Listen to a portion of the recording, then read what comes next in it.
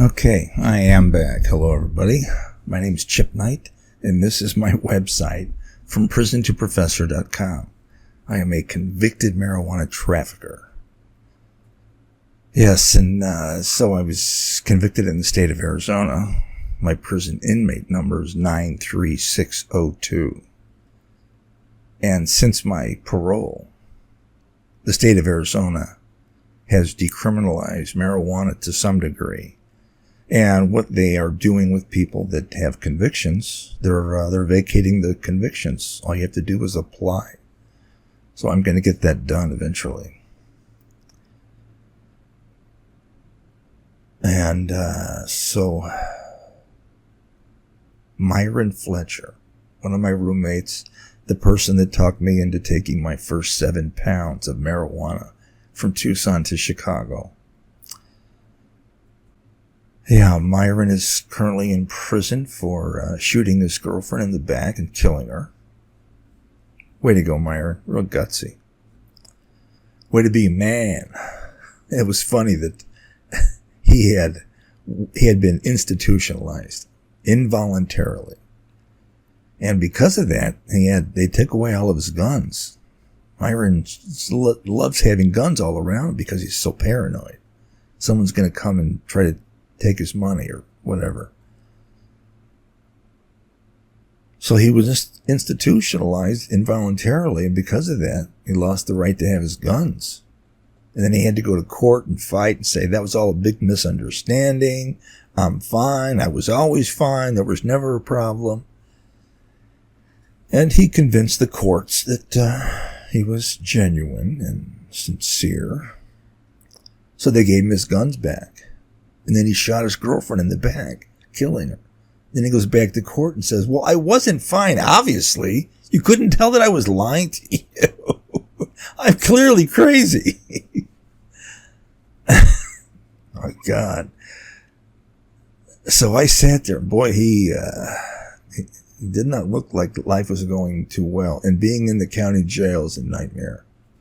And after Myron was indicted and he was on bond, he decided to flee to Mexico. So they went down there and they got him.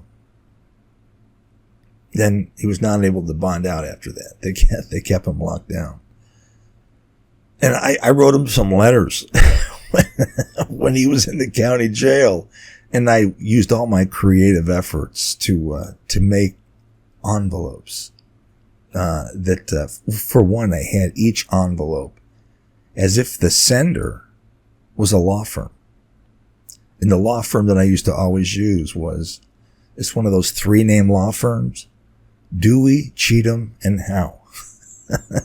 lawyers at large. And I think I wrote down underneath that, malpracticing lawyers at large.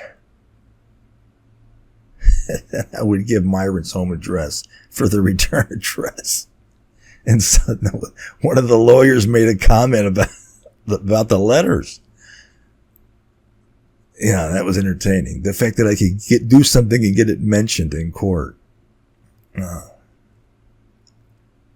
Yeah, not good.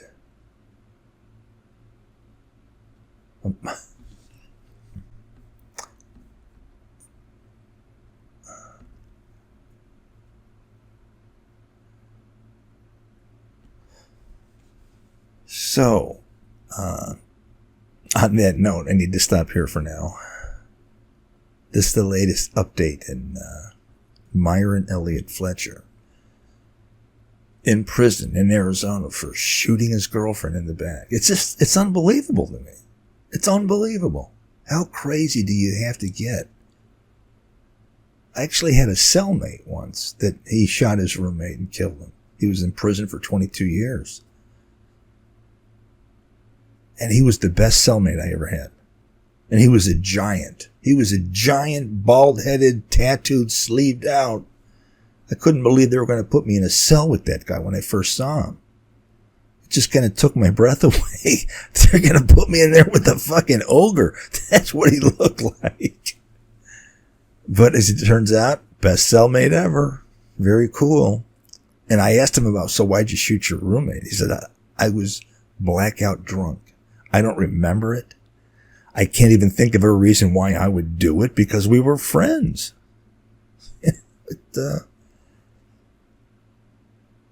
So, and I said, he shot him a number of times, and one of the times he shot him in the balls. But,